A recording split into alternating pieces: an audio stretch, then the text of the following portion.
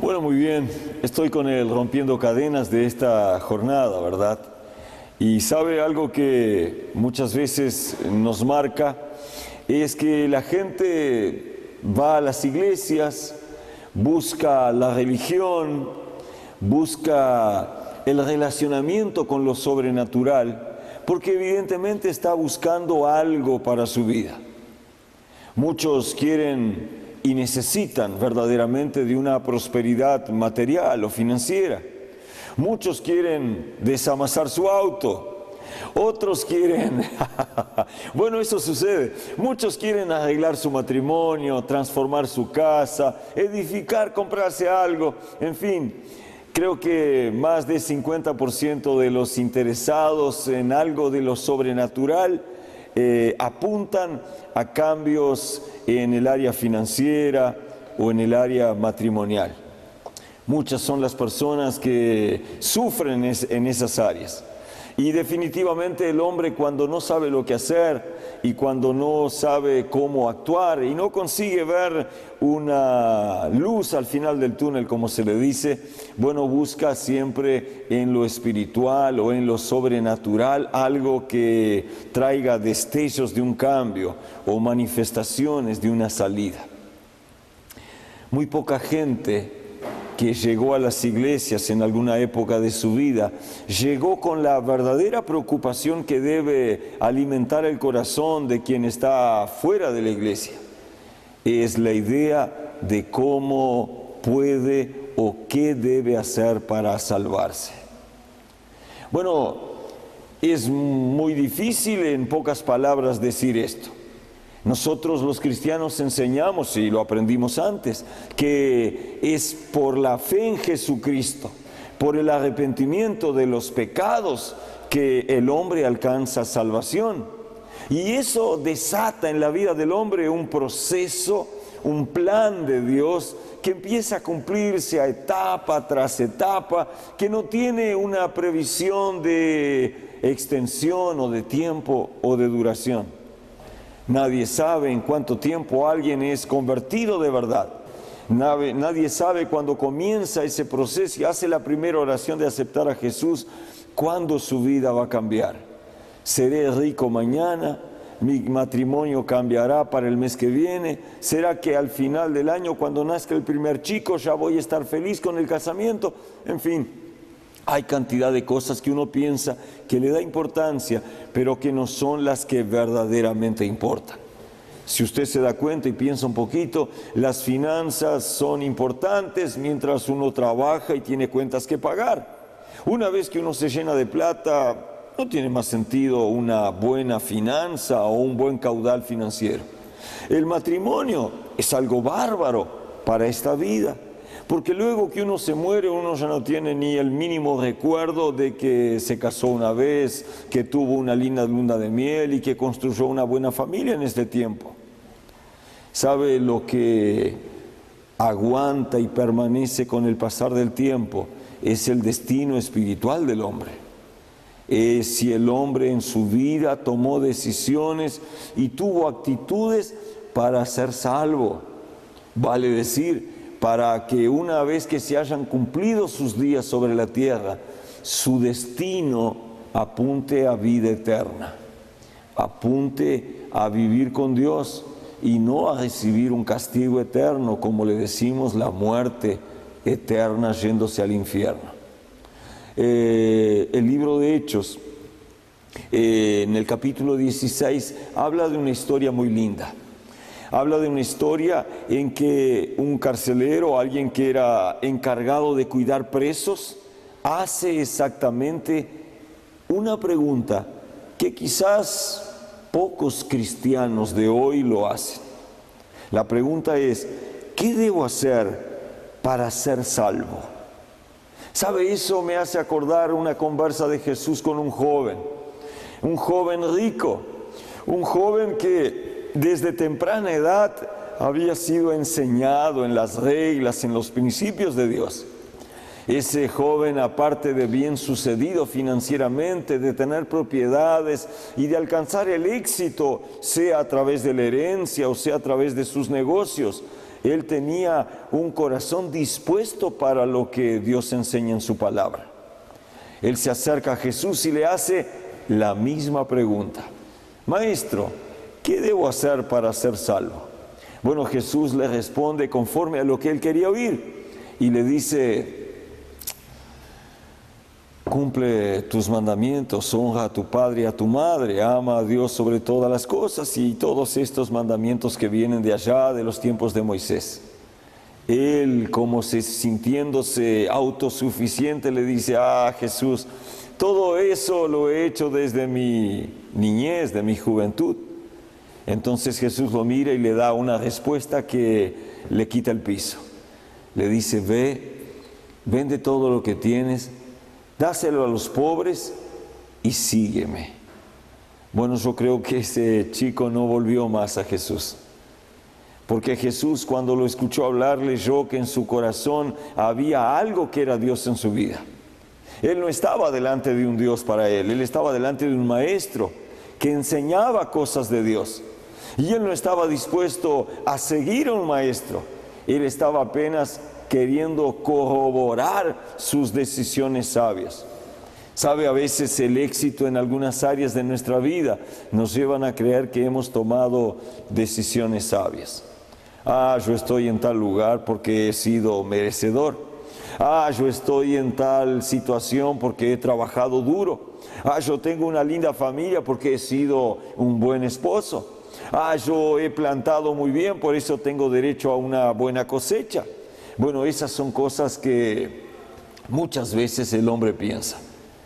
Pero sabe, en verdad pocos se hacen esa pregunta buscando sacar de su corazón todo aquello que sea contrario a la salvación y quitar de su vida todo aquello que signifique muerte eterna o castigo eterno, o para hablar más simplemente diríamos irse al infierno.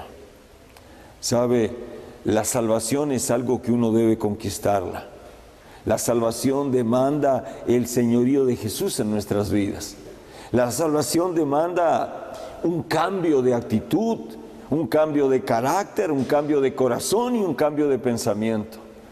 Y todo eso se deriva, todo eso comienza, todo eso se inaugura cuando alguien toma la decisión de cambiar su vida. Yo le hablé del libro de Hechos y nosotros ahora en el segundo tramo de esto vamos a estar hablando de una experiencia que fue bastante sobrenatural por la manifestación que hubo, pero vamos a notificar algunos principios que hablan respecto a cómo tenemos que hacer para que la salvación venga a la gente que vive con nosotros. Vamos al corte, ya vuelvo.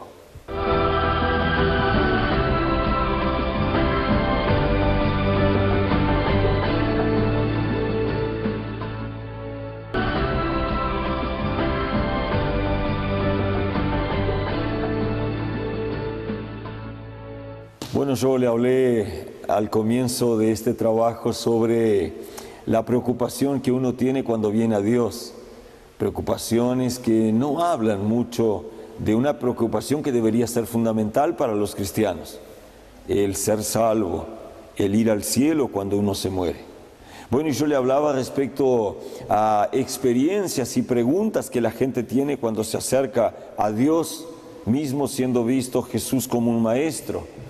O de los discípulos que Jesús había dejado para seguir con la iglesia, cuando gente común se le acercaba y les preguntaba: ¿qué debo hacer para ser salvo? ¿Sabe? El libro de Hechos en el capítulo 16, versículo 25 cuenta una historia y dice que los discípulos Pablo y Silas estaban presos. En esa época era una época en que los cristianos eran perseguidos. Digo esa época porque en nuestro país, en el lugar donde estamos y quizás en el lugar donde tú me estás viendo, se puede hablar de Jesús, se puede entonar salmos, se puede cantar y se puede predicar a través de televisión, a través de la radio, porque hay libertad de culto. Pero aún en esa época existen muchos lugares donde no se puede hablar. Bueno, la época en que Pablo y Silas vivieron era una época en que los judíos se habían aferrado con terquedad a una religiosidad que excluía a Jesús como Hijo de Dios, a Jesús como Dios, a Jesús como Salvador. Y en esa época ellos habían apañado mucho, les habían pegado con muchas ganas y lo habían puesto en la cárcel a estos hombres. Y ahí la historia comienza en el tramo en que estábamos leyendo. Y dice: a medianoche, orando Pablo y Silas, cantaban himnos a Dios, y los presos los oían. Entonces sobrevino de repente un gran terremoto en la prisión, de tal manera que los cimientos de la cárcel se sacudían, y al instante se abrieron todas las puertas, y las cadenas de todos se soltaron. Se despertó el carcelero y, viendo abiertas las puertas de la cárcel, sacó la espada y se iba a matar, pensando en que los presos habían huido. Mas Pablo clamó en gran voz diciendo: no te hagas ningún mal, pues estamos todos aquí. Él entonces, pidiendo luz, se precipitó dentro y temblando se postró a los pies de Pablo y Silas, y sacándolos les dijo: señores, ¿qué debo hacer para ser salvo? ¿Sabe? Me gusta la actitud de esta gente, que son actitudes que pueden traer salvación a aquel que está perdido, no solo con sus palabras, pero con sus gestos y con el ejemplo que marca su vida. Pablo y Silas podrían estar completamente frustrados en la prisión.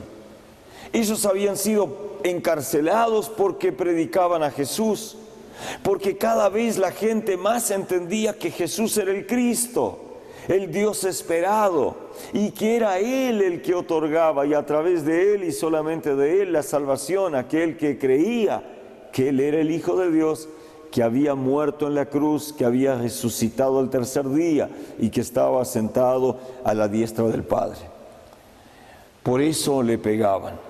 Los judíos no querían oír hablar de Jesús como un Salvador.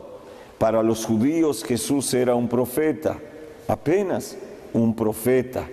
Y ellos los persiguieron y les pegaron, y puestos en la cárcel se habían olvidado de ellos. Cuando aprisionaban a un discípulo y lo ponían en la cárcel, desaparecía un problema para los judíos. Dejaban de ser operados milagros, dejaban de predicarse a Cristo en la calle, la gente dejaba de buscar la buena noticia del reino, y paso a paso aquello parece que se iba enfriando. Pero sabe, algo que siempre está presente y muy marcante en mi corazón: el que te oprime, el que te pone en la cárcel puede olvidarse de ti.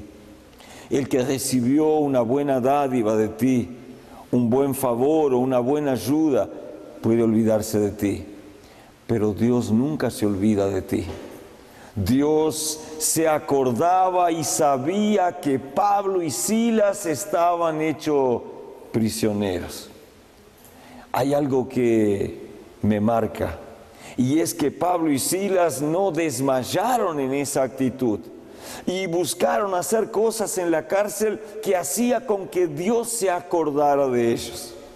Ellos estaban presos, era medianoche, podían estar ya emborrachados, podían estar durmiendo, podían estar en el foso de la depresión, pero ellos estaban orando y cantando himnos a Dios.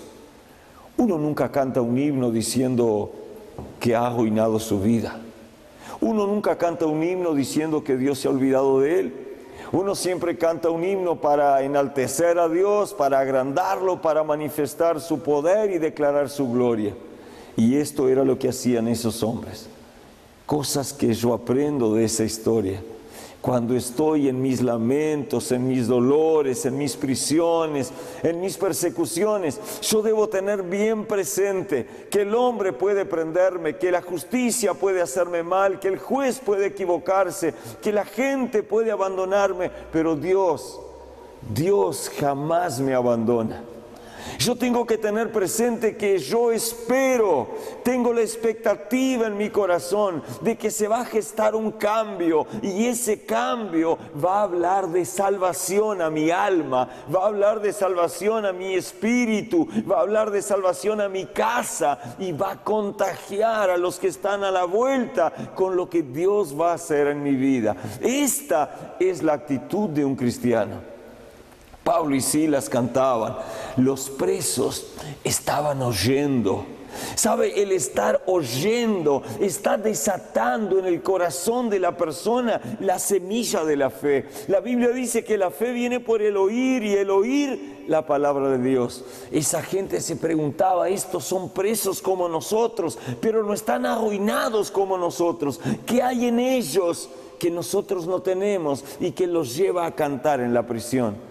Ciertamente el Espíritu de Dios es el que hace al hombre gozarse en medio a sus tempestades, vivir con gloria y con honra en medio a su dolor, aguantar firme en medio a la persecución, y tener siempre, siempre, siempre marcado en su corazón la esperanza de que en el momento oportuno, en el día de, Dios va a venir y va a traer respuestas del cielo para que todo lo que está a mi vuelta sea sacudido y venga a cambiar por el poder que opera en él y a través de su palabra. ¡Wow!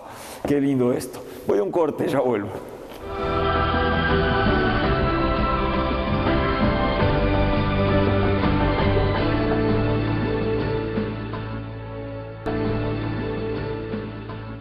Y bueno, hablábamos del mantener la expectativa y mantener la esperanza en nuestro corazón, de que en medio de nuestro dolor, a medio de nuestra tempestad, a nuestra frustración, a nuestros ataques y persecuciones, Dios no está durmiendo, Dios no se olvidó de nosotros, Dios no cerró el libro que escribe nuestra historia cuando el hombre nos puso en la cárcel, o nos bajó de cargo, o nos persiguió, o determinó un fallo sobre nuestras vidas. En verdad, yo he aprendido que Dios es el que escribe la historia de mi vida. Yo he aprendido que al hombre que confía en Dios y que espera en Él, Dios está todos los días escribiendo páginas nuevas y preparando cosas poderosas de parte del cielo. Tanto es así que Pablo y Silas cantaban en la prisión. Tanto es así que había alegría y gozo en el corazón de estos hombres. Tanto es así que ellos allí presos, prohibidos de predicar en las calles, hacían en la cárcel lo que la gente no los dejaba hacer en las sinagogas, ni en las plazas, ni en las calles, ni en las esquinas de la ciudad. Ellos predicaban, daban ejemplo, traían un lenguaje de fe y producían una atmósfera de cambio. Sí, digo, una atmósfera de cambio en medio a las prisiones. La Biblia, yo he aprendido, la Biblia cuenta un montón de cosas importantes, pero la Biblia no cuenta un montón de cosas que sucedieron. Y también la Biblia no dejó de contar nada que sea importante para mi salvación, o para tu salvación, o para nuestra redención. Muchas cosas sucedieron, muchos milagros ocurrieron, muchos hechos que no fueron contados por los apóstoles y por los evangelistas, quedaron marcadas en la memoria, en el corazón y en la vida de aquellas personas. Yo me pregunto cuántos de esos presos se convirtieron por el ejemplo de Pablo. Pero a mí me gusta, y quiero hablarte algo para encerrar este trabajo. Quiero decirte que no solo Dios nos olvida de la gente cuando el hombre lo pone preso, pero Dios mueve su mano para hacer el cambio en las circunstancias que aprisionan al hombre. Vino el clamor de Pablo y Silas, y enseguida se produjo un terremoto. Y ese terremoto fue un terremoto divino. Ese terremoto no fue un mero mover de la tierra. Ese terremoto fue algo que Dios decidió hacer para de una vez sola abrir todas las cárceles, las puertas de las prisiones y desatar libertad a la vida de la gente, pues la Biblia dice que las cadenas se le cayeron de sus manos a todos. ¿Sabe lo que entiendo y aprendo? que cuando yo me propongo ser un protagonista de la venida de la presencia de Dios a una casa o a una cárcel o a una iglesia o a un lugar donde existan otras personas que están conmigo, yo hago que la libertad del cielo alcance la vida de la gente. El preso, quien sabe que estaba en la sala de al lado antes, cuando fue preso, no tenía la misma fe, pero había sido inundado por una nube de gloria, por una atmósfera de poder, algo completamente sobrenatural que hizo en la vida de los presos aquello que, quien sabe, hacían años que ellos deseaban. Las cadenas fueron rotas, las cárceles se abrieron, pero sabe, algo me extraña. Dice que se pasó todo eso y el carcelero se puso enloquecido pensando que se habían escapado todos. Pablo le grita: no te hagas daño, o sea, no te mates, porque él pensó que lo iban a matar porque todos los presos se habían ido. Pero ¿sabe lo que yo entiendo? Que el hombre, cuando es preso por algo y es liberado a través de Jesucristo, él puede estar en un hospital, él puede estar en una iglesia, él puede estar en la calle, él puede estar en la cárcel, pero donde hay la presencia de Dios, él no quiere irse. Donde la presencia de Dios se manifestó, él no quiere irse. Donde el poder de Dios, donde la palabra de Dios es citado, él no quiere irse. Hay un deseo de permanecer, hay un deseo de estar. ¿Sabe lo que significa eso? Significa que el hombre tiene hambre por Dios y necesita que Dios venga a marcar su interior. Mire, eso fue tan fuerte que los presos deben haberse convertido. Pablo y Silas daban saltos, pero cuidaban de lo que había sucedido. Y el carcelero se tira dentro de la cárcel, dentro de la celda, de la habitación, y declara lo que muchos deberían decir hoy: ¿qué debo hacer para ser salvo? Viene una sentencia que ha transformado mi vida y puede transformar la vida de cualquiera que la repita, que la cree y que la viva. Cree en el Señor Jesús y serás salvo tú y toda tu casa. Esa historia es más larga, ella continúa, pero continúa diciendo que el carcelero los sacó de la prisión, los llevó a la casa. Ellos les predicaron a los familiares del carcelero y todos fueron creyentes y bautizados. ¿Sabes lo que quiero decirte? Tal vez tú tengas cosas en tu vida que te han aprisionado. Y tal vez tú tengas en tu familia personas que están caminando a perdición, a condenación eterna, porque no tienen a Jesús en su corazón. Amado, mi deseo es que tú te vayas al cielo y no al infierno. Mi deseo es que exista alegría y libertad en tu vida. Mi deseo es que las cosas feas de tu vida vengan a salir y que den lugar a una gloria, a una luz, a un cambio, a una transformación tan fuerte, tan poderosa, que la gente quiera ir a tu casa y permanecer en tu casa, por cuanto Dios está en medio, a tu casa, a tu habitación, a tu apartamento, al lugar donde tú puedas vivir, trabajar o estudiar. Mi deseo es que cuando hayas vivido ese tiempo tú te puedas ir al cielo. Y para esto quiero decirte: cree en el Señor Jesús. Recíbelo hoy como Salvador y como Señor de tu vida. Pídele a Dios en el nombre de Jesús perdón por tus pecados. Entrégale tus veredas al Señor y Él va a enderezar tus caminos y te va a poner en una senda que va a producir bendición, va a producir fuerza y va a conducir a vida y vida eterna. Acá en el ministerio Venciendo en Cristo estamos todos los días por acá, dispuestos a enseñarte de Jesús, a darte un abrazo y ayudarte a romper tus prisiones. Este es mi deseo, y deseo también que Dios te haga bendecido, fuerte y un verdadero vencedor. Un abrazo, nos vemos, chao.